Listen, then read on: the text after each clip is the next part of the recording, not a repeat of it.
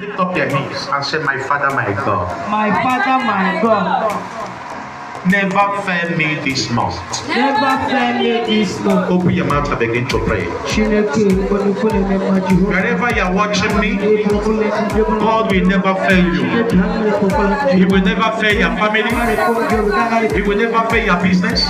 He will never fail you in your going out and in your coming in. This month of February, heaven shall be open. Whatever you are doing, you are laying your hands shall prosper. God will never fail you. Anywhere you step feet, anywhere you go this month, whatever you are doing to help your family, never fail you. He say you should knock, and the door shall be open.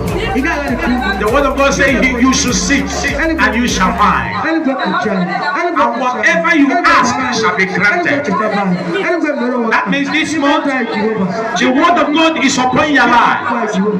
That God Almighty will never fail you. He will not fail you.